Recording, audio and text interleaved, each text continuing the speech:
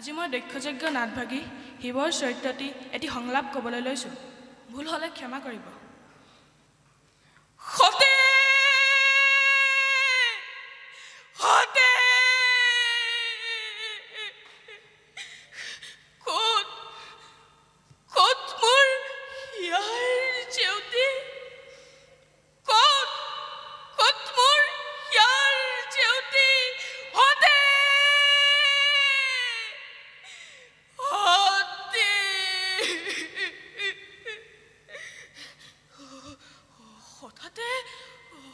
হঠাতে কিয় মোৰ প্ৰাণ হল চমকিত? হতে হতে হতে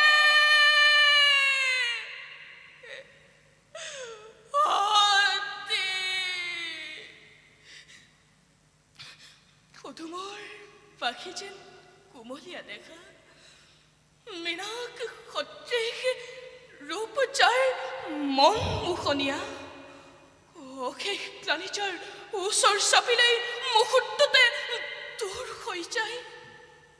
তেনেকে প্ৰাণপ্ৰিয় হিয়াৰ জেউতিবোৰ লেৰেলি শুকাল।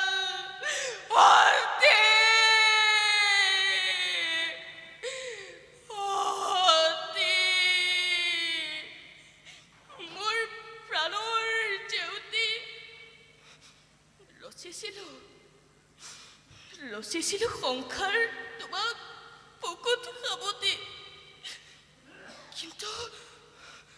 কিন্তু নিমিষতে কিয় আহি হৃদয় বিনাৰে শ্মশান নিবাসী হৈ অৰে গছি গলা হতে? মোৰ প্ৰাণৰ মাধুৰী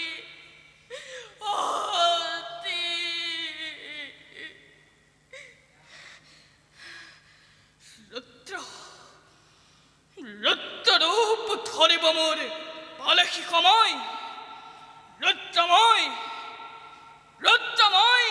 মহাৰুদ্ৰ সিনে পাবি দক্ষজি দয়াহীন মায়াহীন মই মহাকাল।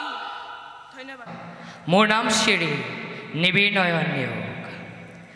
শ্ৰী শ্ৰী ৰাম পৰাজয় সীতা পাতাল গমন নাটখনৰ লক্ষ্মণ চৰিত্ৰ সংলাপ এটি আপোনালোকৰ আগত ৰূপায়ণ কৰিবলৈ লৈছোঁ।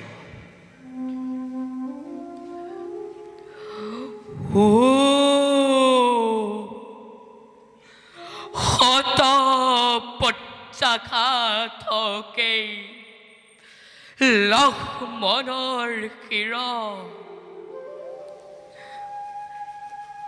আই পশুৱতী হে আই পশুৱতী, তুমি এতিয়াও দ্বিখণ্ডিত হোৱা নাই কিয়? হৃদয় তই এতিয়াও চলি উঠা নাই কিয়? যি তিনা ৰাক্ষস ৰাৱণে জানকী মাতৃক কৰিছিল হৰণ, সেইদিনাটো তই চলি উঠিছিলি প্ৰচণ্ড বেগেৰে, কিন্তু আজি কিয় ৰাজধন পৰি কৰি ত্যাগ কৰিছ দেশৰ ৰুৰবিলাক ৰাজকাৰেঙত? তোমাৰ বাবেই দাদা, তোমাৰ বাবেই শৰীৰত মেৰিয়াই লৈছিলো মই বাকলি পখন, কিন্তু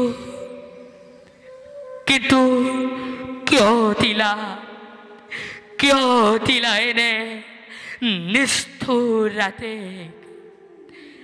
এয়েদি কি প্ৰতিদান লক্ষ্মণক তোমাৰ? বনৰ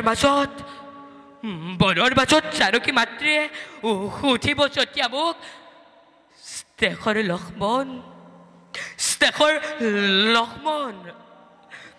হিংস্ৰ জন্তুৰে পৰিপূৰ্ণ এই বনৰ মাজত মই কেনি যাম মই ক'ত থাকিম তেতিয়া কি বুলি উত্তৰ দিব এই নিষ্ঠুৰ লক্ষ্মণে নাই মই আৰু বিচলিত হ'লে নহ'ব জ্যেষ্ঠ দাদা পিতৃতুল্য তেওঁৰ আদেশ মই পালন কৰিবয়ে লাগিব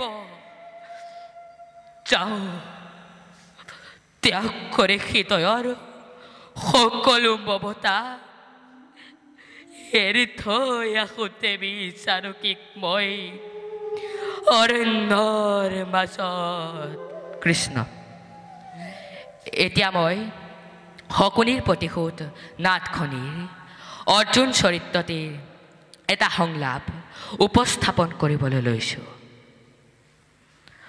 হ'ব যদুপতি তোমাৰ ইচ্ছাই পূৰ্ণ হওক শুনা ধৰ্মৰাজ দেৱাসুৰ বিজয় মই